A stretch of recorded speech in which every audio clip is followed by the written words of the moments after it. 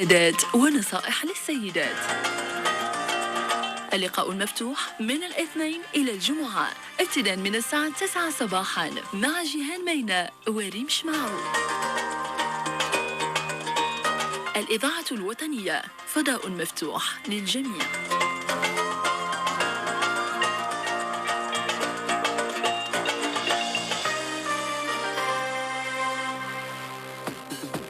عبد المجيد فنيش، الإذاعة الوطنية مدرسة للإعلام المغربي.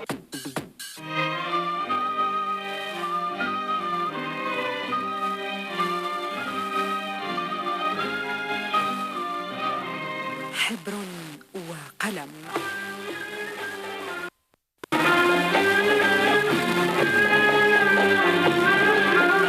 قراءة تحليلية للنصوص الإبداعية ومتابعة للأنشطة الثقافية بالمغرب. إعداد وتقديم أسمهان عمور.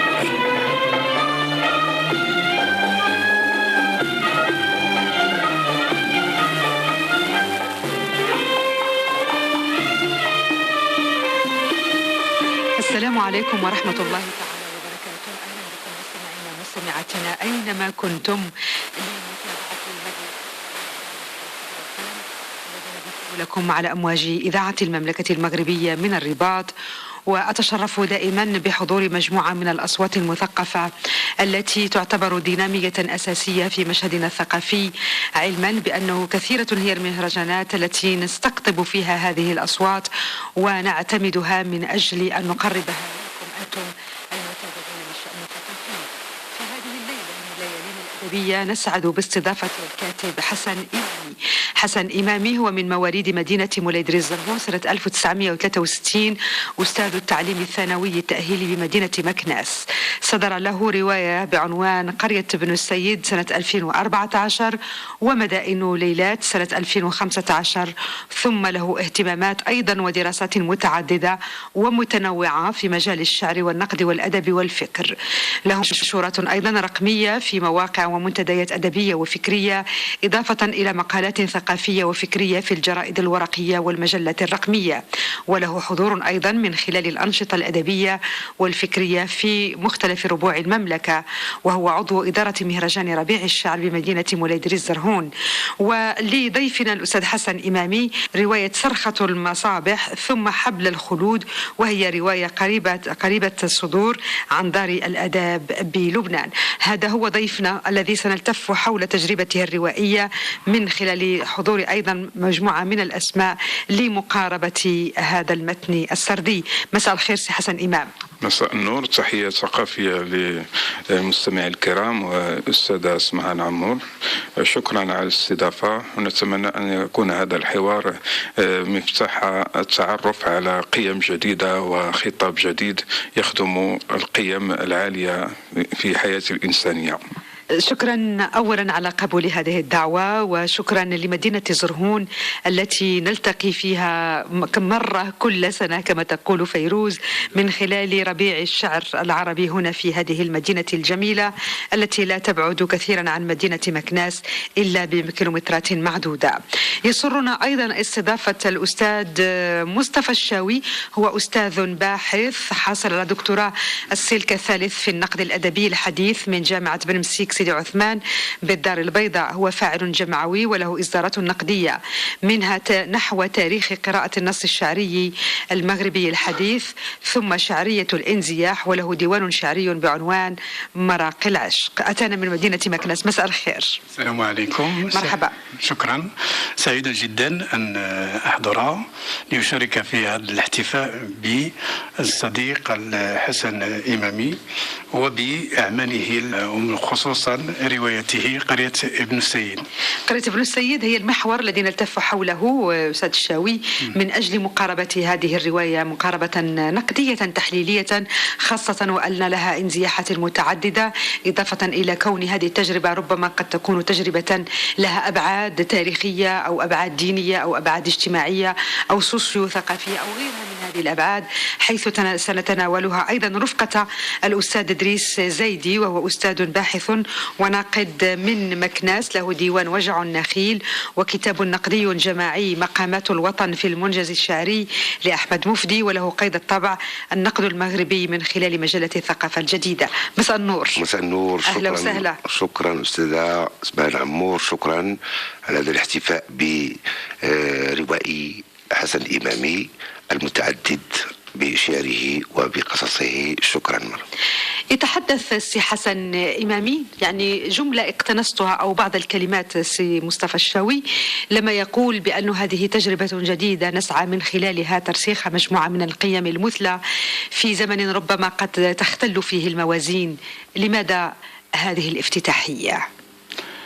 افتتاحية أظنها يعني موضوعية، على اعتبار أن الرواية تنفتح على مجموعة من القضايا الراهنة الإشكالية التي ربما تبدو معقدة، وبالتالي فالرواية تعيد طرح مجموعة من الأسئلة الجديدة. اللي هي رواية قرية ابن السيد، نعم، الصادرة 2014. نعم.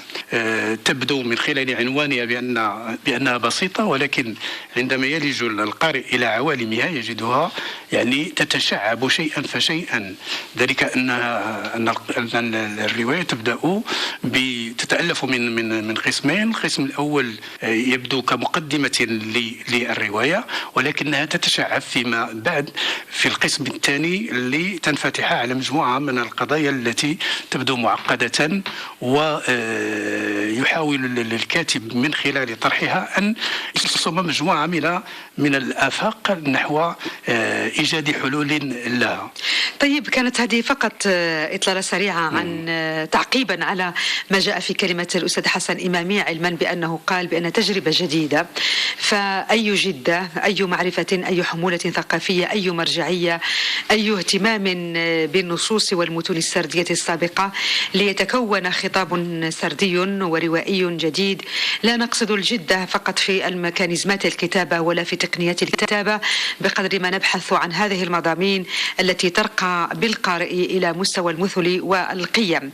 فعلا الأستاذ حسن إمامي من خلال هذه التجربة يبدو أن له اهتمامات متعددة، كما أن له كتابة ربما تنفرد عن سائر الكتابات الأخرى. لكن أي اهتمامات أستاذ مصطفى الشاوي لكاتبنا ولمبدعنا السي حسن إمامي التي يمكن فعلا أن يتميز فيها عن غيره؟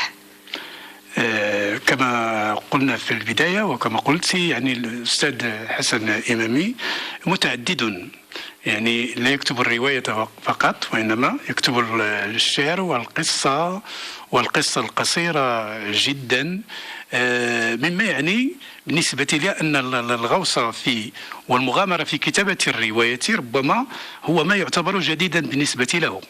أما الجدة في الرواية ربما تكتسبها من حيث انفتاح هذا الجنس الأدبي على قضايا إشكالية كبرى ربما يصعب على كبار الكتاب أن يطرقوها، نظرا لصعوبة إيجاد حلول يعني حاسمة لها. ومن ثم فالذي يقرأ الرواية ربما يعيش هذا المخاض العسير. ولكن سي مصطفى الشاوي، على اعتبار أنه كانت لك مقاربات نقدية، هل بالضرورة أن الروائي أو السارد عليه أن يجد حلولا أو أن يطرحها؟ فبالتالي هل من يعني دور لهذا المبدع هو إيجاد هذه الحلول الصعبة؟ ليس من الضروري أن يجيب الكاتب عن الأسئلة أو أجوبة، ولكن الأساس هو أن يطرح أسئلة أو يعيد طرح أسئلة جديدة ربما يقترحها، أو من خلالها يحفز القارئ على إيجاد حل، لأن قضايا مثل هذه مشكل مثلا حضاري، تاريخي، معرفي، فلسفي إلى غير ذلك، من الصعب جدا أن ننتظر من الكاتب أن يجيب جوابا فاصلا جامعا مانعا، وإنما يطرح أسئلة جديدة ربما يحفز من خلالها القارئ على البحث عن الحقيقة المفتوحة. نعم. السي حسن إمامي، أنت استمعت إلى الأستاذ مصطفى الشاوي الذي يتحدث عن، طبعا وأنت الحاضر وأنت الكاتب والسارد لهذه المجاميع سواء ديوان الشعر أو الرواية، لكن يتحدث عن هذا التعدد في صيغة الجمع، هو تعدد في صيغة الجمع وليس في صيغة المفرد، إضافة إلى كونك أنت لك هذه الاهتمامات متعددة، فأي مرجعية ثقافية بالنسبة لك أستاذ حسن إمامي ليكون هذا التعدد في صيغة الجماعة؟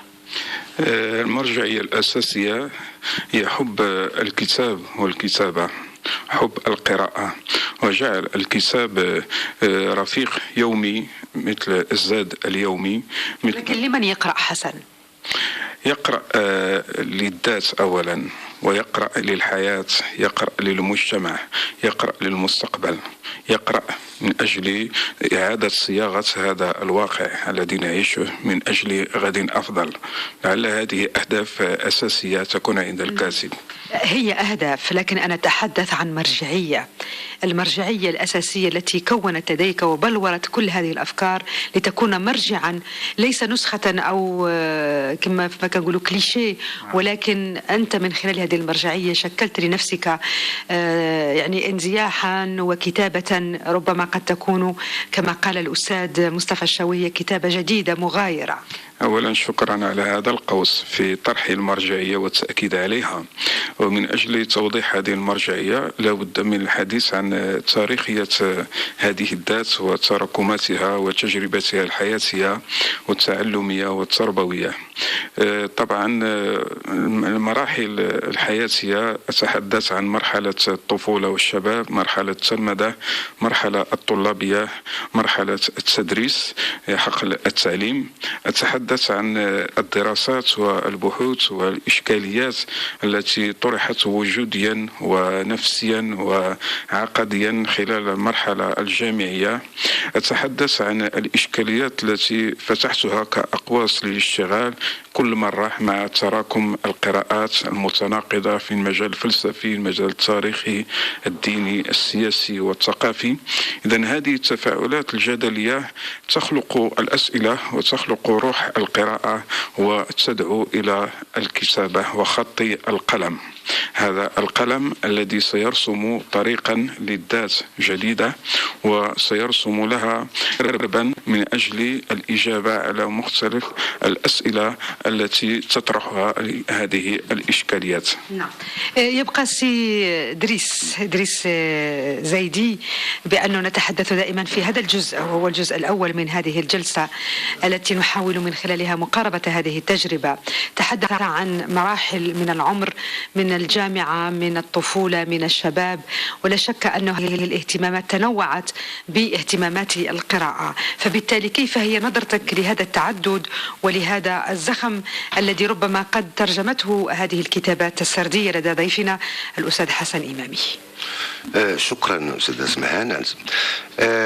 معرفتي بسي حسن إمامي هو معرفتي برجل قارئ، أي أنه يقرأ أشياء بصيغة المبالغة. نعم، بصيغة المبالغة، أي أنه يلتهم كل ما يجده أمامه ويقرأه. وربما هذا الرافد ليس رافد عربي فقط، وإنما حتى رافد غربي أيضا، فقد اطلع على مجموعة من الكتابات وفي حواراتنا يحدثنا عن أكثرها، وهو ما جعله أيضا سيتحول أو سيتشكل عنده واحد منظور جديد للكتابة.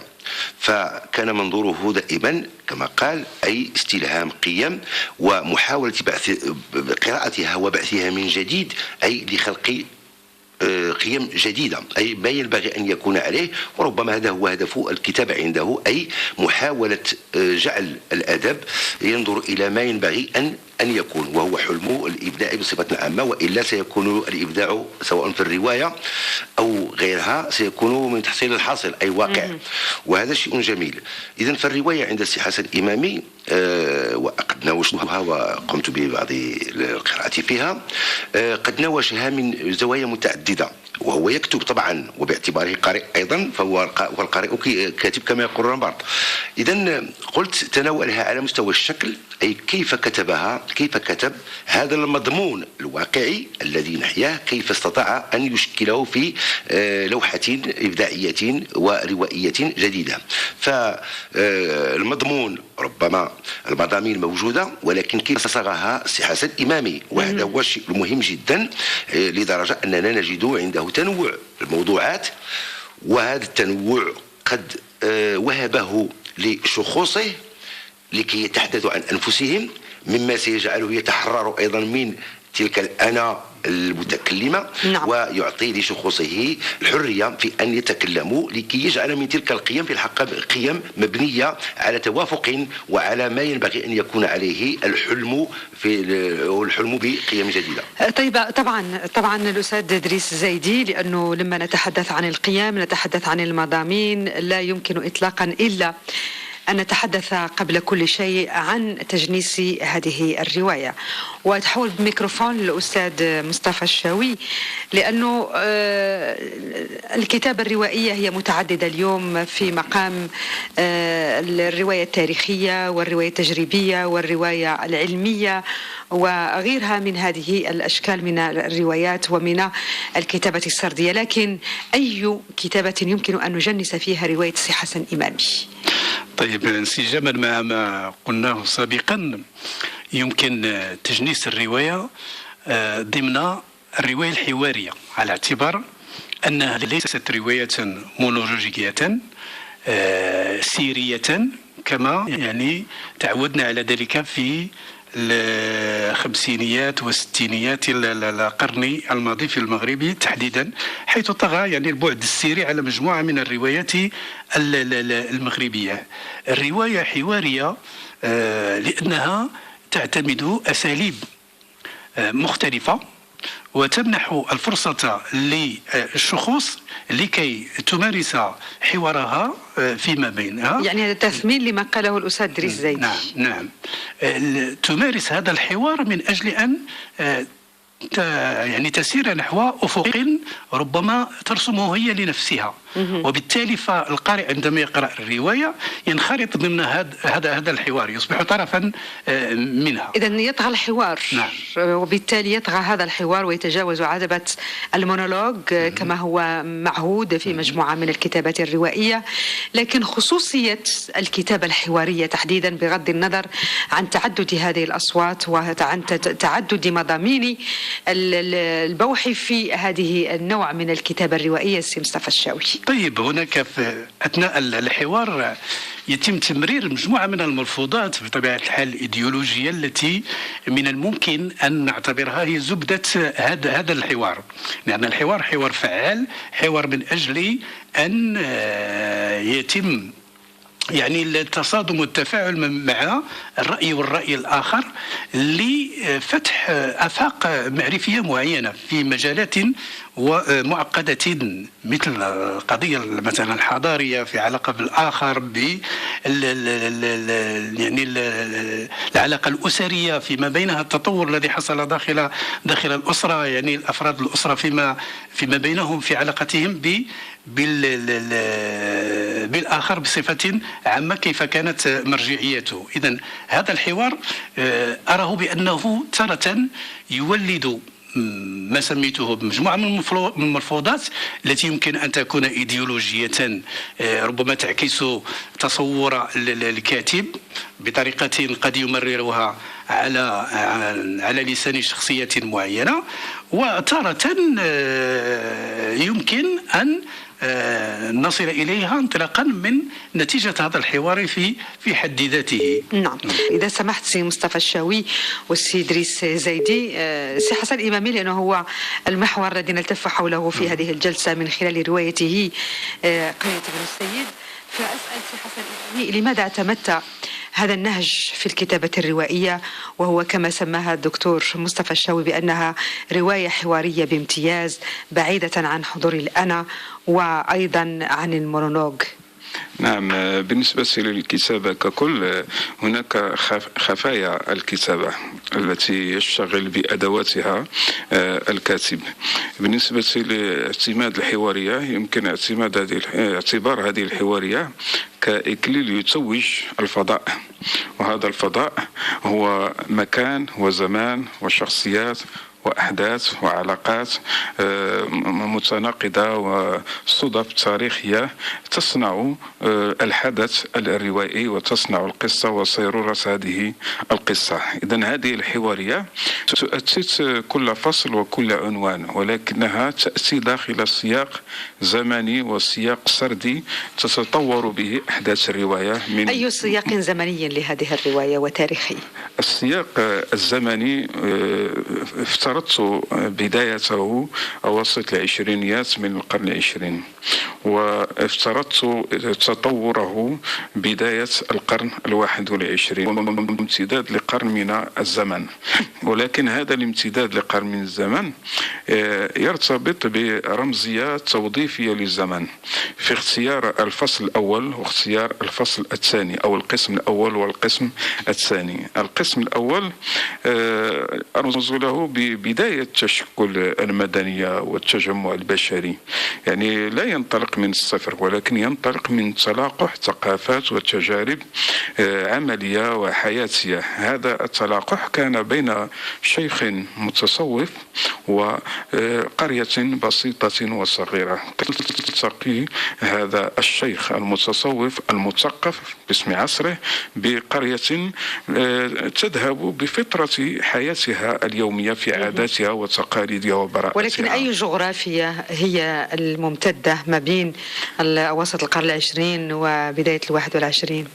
جغرافيا جعلت القرية قرية ابن السيد في مرتفعات الأطلس. في أين تحديدا؟ نواحي مراكش، امتدادا في إطلالة على وادي درعا وفي ارتباط بالأطلس الصغير وسوس والصحراء.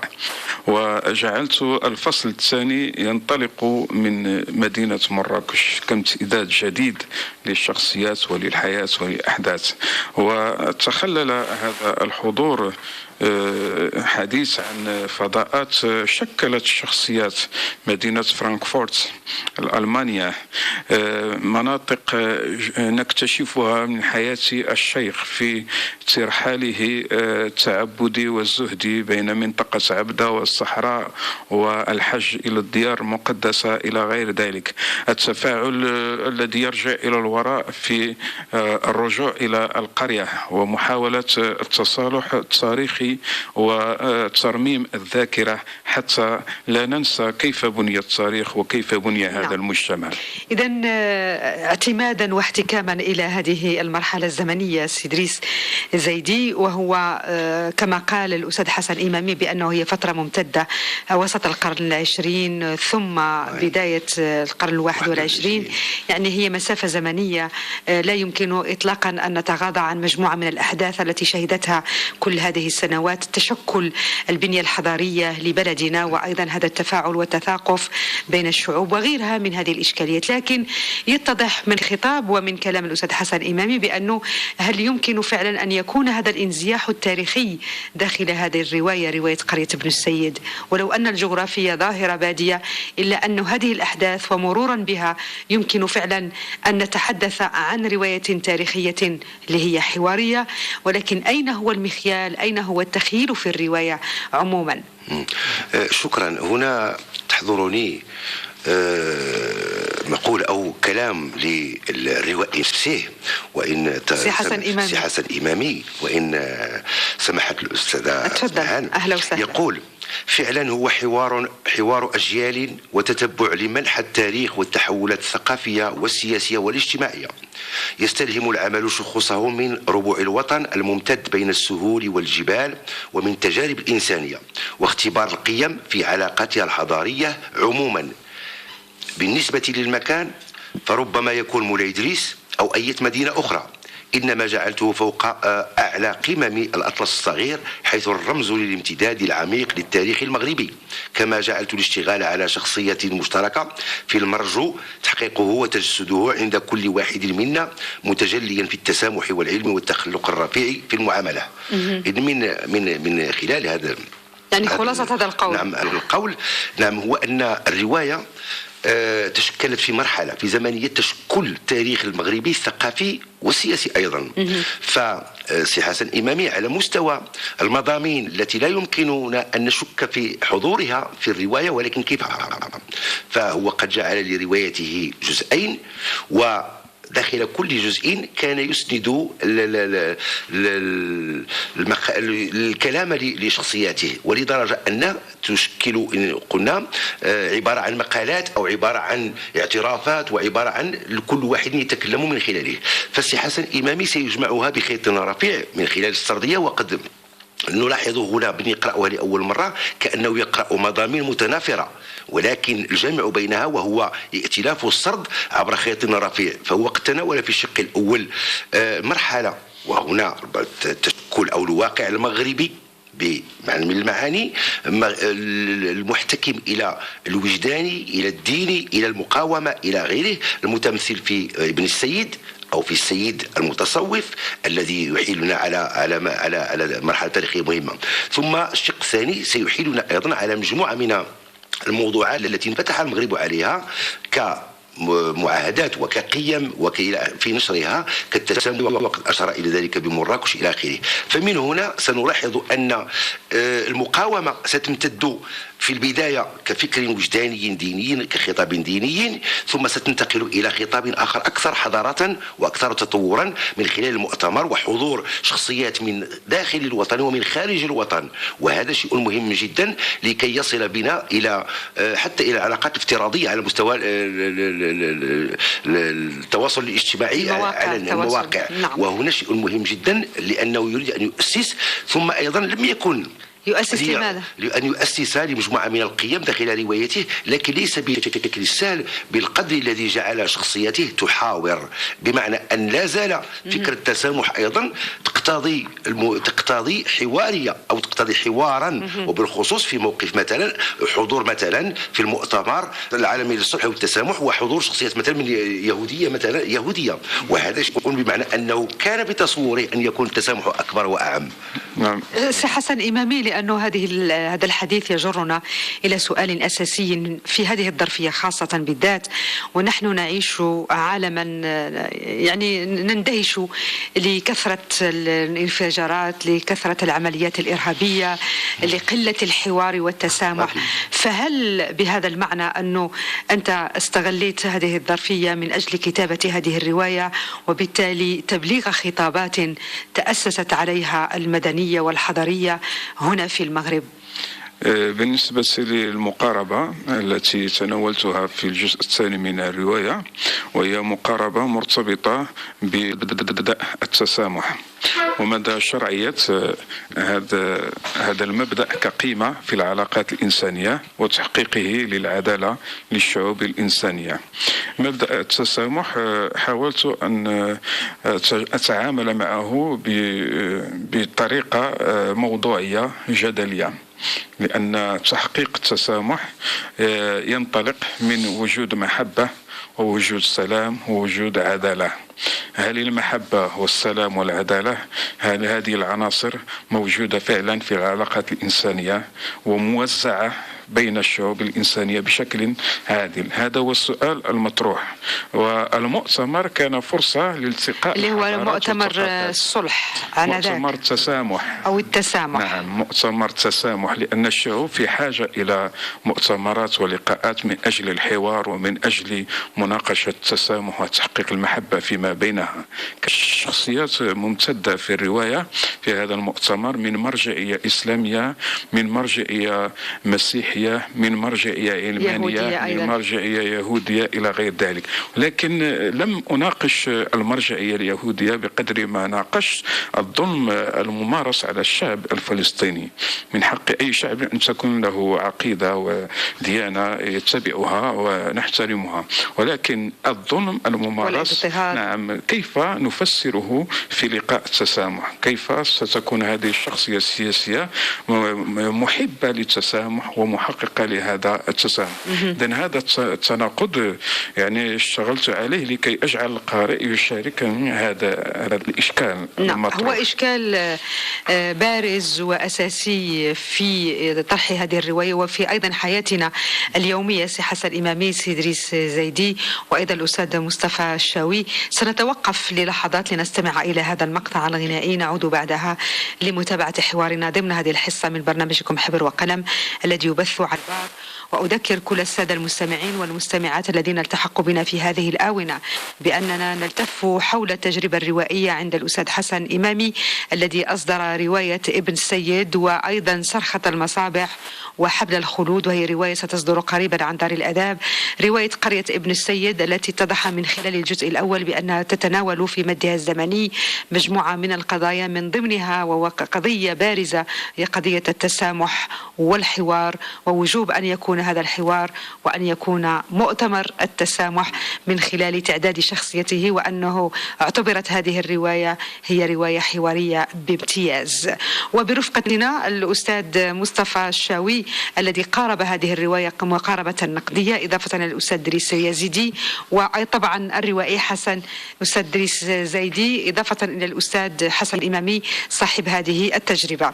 نرجع اليوم يعني في هذا الجزء الثاني السي مصطفى الشاوي، لأنه سنتحدث إذا تحدثنا في الجزء الأول بشيء من التعميم نتحدث بشيء من التفصيل عند العتبة. لماذا اختيار هذا العنوان المركب والذي يحيلنا على منطقة جغرافية هي القرية وابن السيد الذي أحيل في هذه الشخصية إلى يعني شخصية كما قال سي حسن إمامي بأنها شخصية متصوفة لها هذا الدور البارز في الحياة السياسية والحوارية والدينية؟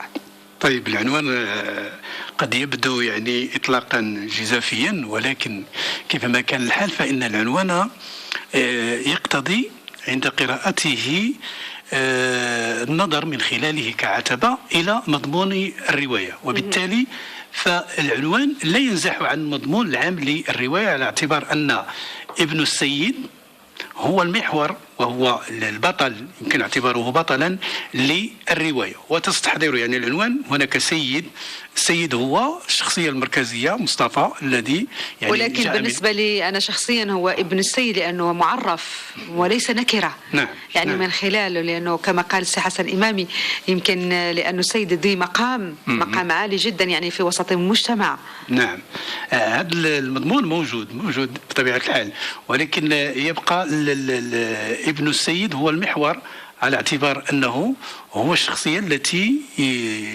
يتبعها الراوي من بداية الرواية حتى يعني نهايتها.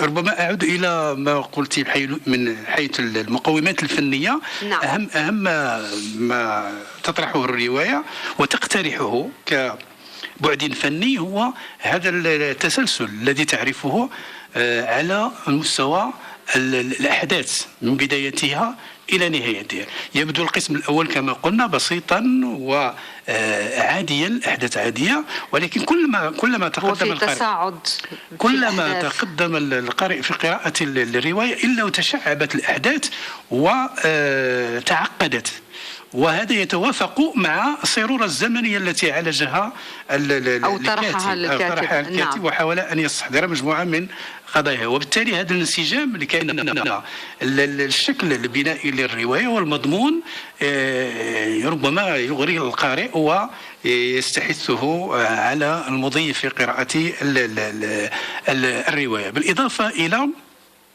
جانب أساسي لا ينبغي أن نغفله في هذه الرواية، وهو الجانب الوصفي الذي ينم عن اكتساب الكاتب لأسلوب شعري رقيق من خلاله يمرر مجموعة من الصور الجمالية التي يعني تغري القارئ ونعتبرها كمحطات في قراءة هذه الرواية، يقف عندها القارئ بين الفينة والأخرى. إذن دقة الوصف، تسلسل الأحداث وتصاعدها من القسم الأول إلى القسم الثاني، العنوان المركب سي دريس زيدي، فبالتالي المضامين هي متشعبة كما قلنا قبل قليل بأنه فيه المضامين المتشعبة، الاهتمامات المتعددة، المواضيع أيضا المطروحة والمتنوعة التي تتوزع بين القيم وطرح هذه إلى الجوانب التاريخية والجوانب الدينية والجوانب الصوفية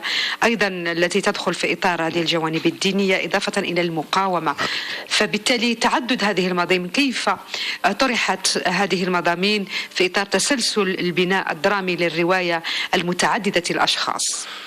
شكرا على السؤال مهم جدا، وأعود إلى إلى العنوان، أبدأ بالعنوان، قرية ابن السيد، فجاءت معرفة بالإضافة، وهنا القرية لم تكتسب قيمتها إلا بالسيد، وأكيد كان هناك سكون في القرية، فلم يحرك هذا السكون إلا السيد الذي سيعود إليها بعد أن ويدفن ابنه بها الذي توفي، وستتحول الموت إلى باعث جديد، أي إلى باعث هذه القرية التي سيلتف الناس البسطاء حول الرجل المتصوف الحامل لبعض المحترمة. وإشكالية الفقيه عندنا نحن أيضا في بوادينا أيضا لا زالت تحظى بهذه المكانة، بمعنى أن إشكالية المقاومة في علاقتها بالدين، وهذا سيحاول أن يوظفه الكاتب من أن يجعل أن لا مقاومة بدون ذلك الحس الجماعي، وأحسن ما اختاره السي حسن إمامي هو أن يجعل من الدين هو ذلك الوازع الذي يمكن أن يكون أن يلعب أدوارا متعددة، سواء في وجه السياسة الاستعمارية التي لا زالت مترسخة في الأذهان، أو أن يقاوم أيضا هذا التشرذم من أجل قيم أخرى جديدة.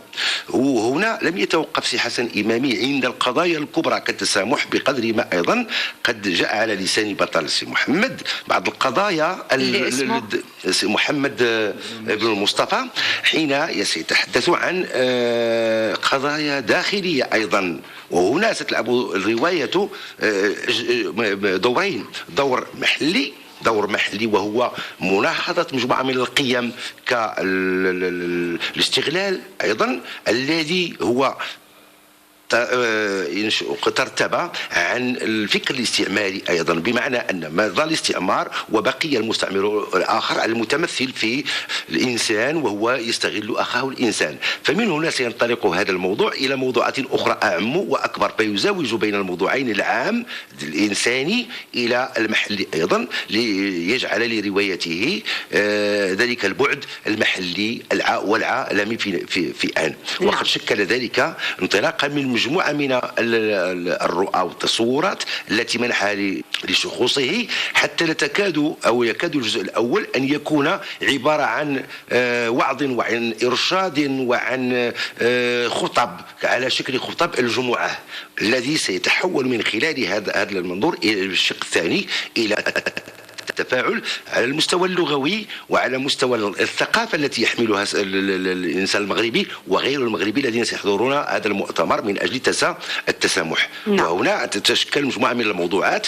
هي قيم التسامح وقيم. ولكن سيدريس زيدي، وهذا سؤالي موجه للأستاذ حسن إمامي، لماذا من أجل دائما طرح هذه المواضيع الشائكة والكبرى التي هي اليوم محور العالم، وهي هذه يعني نسميها حروب لها مرجعية دينية بالأساس، لماذا في الرواية دائما هذه المرجعية الدينية، خاصة في روايتك أستاذ حسن إمامي اللي عنوانها قرية ابن السيد، تطرح موضوع ديني بحدة، التصوف وغيرها من هذه القضايا الدينية اللي تتحول إلى قضايا سياسية كبرى؟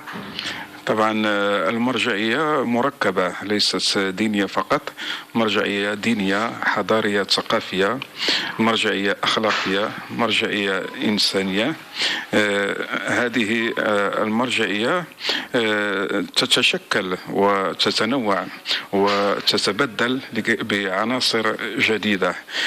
بالنسبة لرواية قرية ابن السيد، فعلا مرحلة ريخية في الجزء الأول تشكلت بالمرجعية الدينية، لأن المرجعية الدينية بالنسبة للمجتمع المغربي شكلت اللحمة التي جعلت نسيج المجتمع المغربي متلاحما.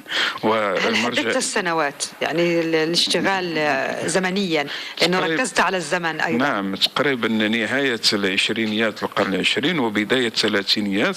ولماذا بداية الثلاثينيات؟ لأن هي المرحلة التي عرفت سنوات شبه الأخيرة من المقاومة المقاومة الأولى التي كانت مع حرب الريف، كانت مع مقاومات في جبال الأطلس إلى غير ذلك، يعني المقاومة المسلحة. بعد ذلك سننتقل إلى المقاومة السياسية التي بدأت في نهاية الثلاثينيات وبداية الأربعينيات، وتشكل حزب استقلال وثقة مطالبة بالاستقلال إلى غير ذلك.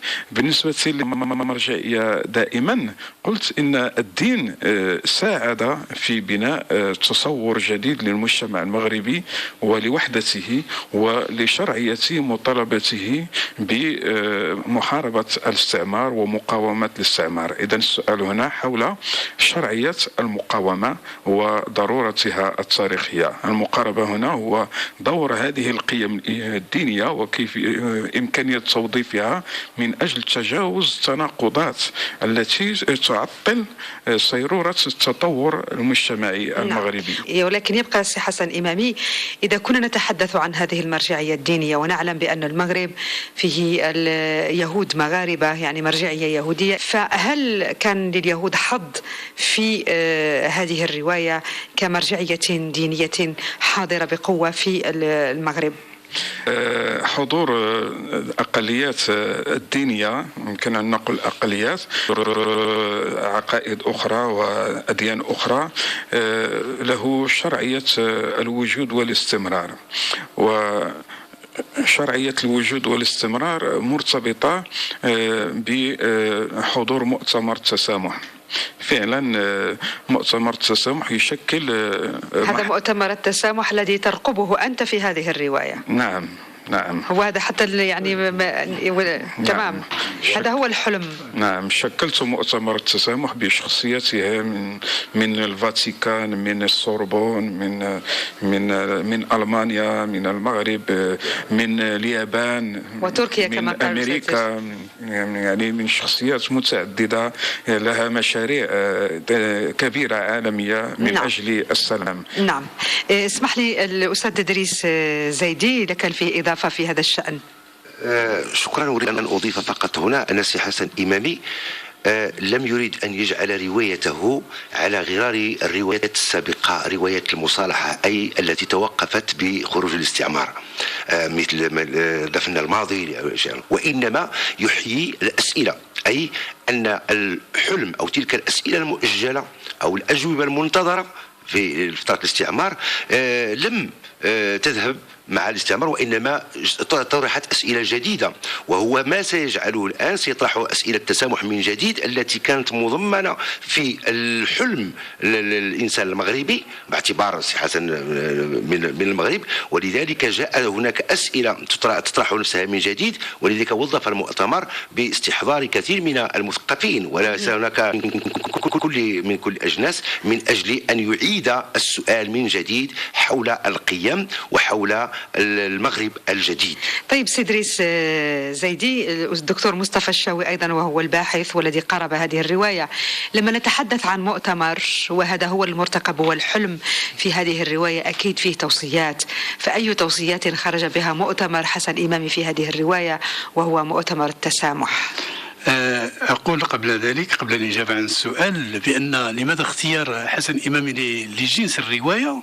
لماذا؟ لأن الرواية هي الأكثر قدرة على استيعاب كل هذه المتغيرات، لأنها ظهرت في الغرب نتيجة للتطور الذي عرفته الحياة على المستويات المتعددة، وبالتالي فجنس آخر لن يستطيع أن يستوعب هذه التناقضات والتغيرات التي يعني هي قناة تتنفس فيها يعني مجموعة من القضايا. نعم. على اعتبار أنه لها هذا النفس الطويل وهذا تصاعد الأحداث وميكانيزمات كتابة حادة أيضا. طبيعة الحال الرواية تنفتح على مجموعة من الاقتراحات التي يمكن نعتبرها، أنا سميتها توصيات. توصيات لما نقول مؤتمر إذا توصيات انسجاما مع مفهوم الكتاب الذي يأتي على لسان إحدى شخصيات الرواية، يقول: كم من جرح يتداوى بالكتابة وكم من حلم يتحقق بين سطورها.